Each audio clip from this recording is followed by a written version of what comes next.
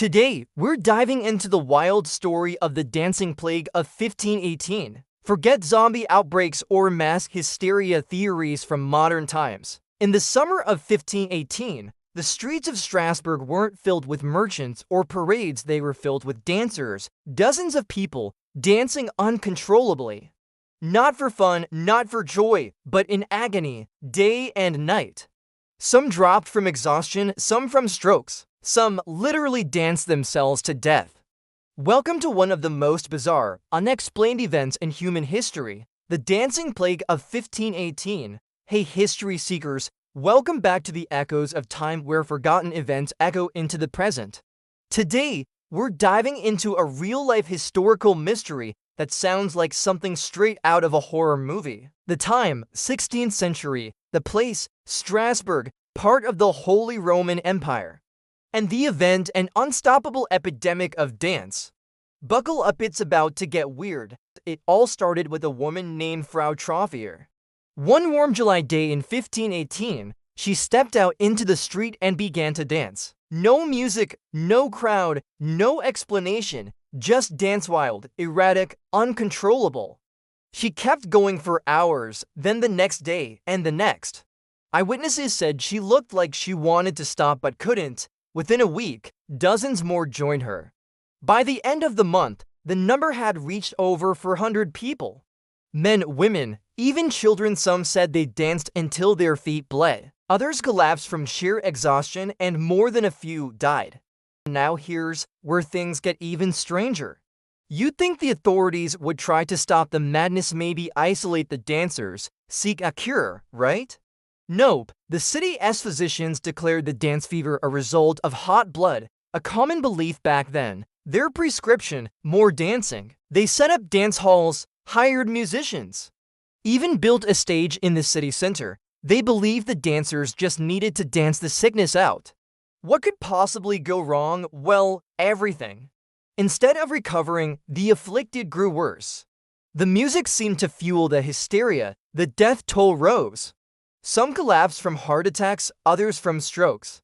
Others simply fell and never got back up. What had started with one woman had now spiraled into full-blown chaos. So what was it? Why did hundreds of people dance themselves to death? Theory 1. Mass psychogenic illness, also known as mass hysteria. The people of Strasbourg had been under intense stress, famine, disease, and superstition all loomed large. Their minds may have snapped collectively, and dancing became the physical expression of a mental break. Theory 2. Ergot poisoning. This fungus, which grows on damp rye, can cause hallucinations, convulsions, and odd behavior. Sound familiar? Some historians link it to the same symptoms seen in the Salem witch trials. But here's the catch: ergot also causes extreme stiffness, not fluid movement. So this theory doesn't quite fit. Theory 3. Religious fervor gone wild. At the time, people believed in the curse of Saint Vitus, the patron saint of dance and epilepsy. Some thought the dancers were possessed or cursed, and that the dancing was a form of divine punishment. This fear might have fed into the hysteria, turning it into a kind of spiritual epidemic. Still, none of these explanations quite solve the riddle. To understand the madness, you have to understand the mindset. The 1500s were brutal disease outbreaks, failed crops, constant war. People lived in fear of divine wrath, demons, and omens. A single bad harvest might be seen as punishment from God. In this world, the line between the spiritual and physical blurred. Possession, curses, miracles, they weren't folklore, they were fact. The dancing plague might have been a collective cry for help, a breakdown of sanity in a society pushed to the edge.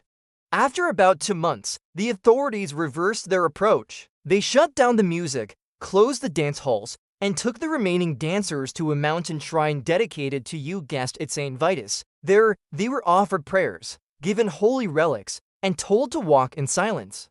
Slowly, the dancing stopped, but the fear never really went away. Strange as it was, the dancing plague wasn't the only incident of its kind. Similar outbreaks were recorded in medieval Germany, the Netherlands, and even Switzerland. The Strasbourg case is just the most famous and the deadliest. And maybe, just maybe, it holds a lesson for us today.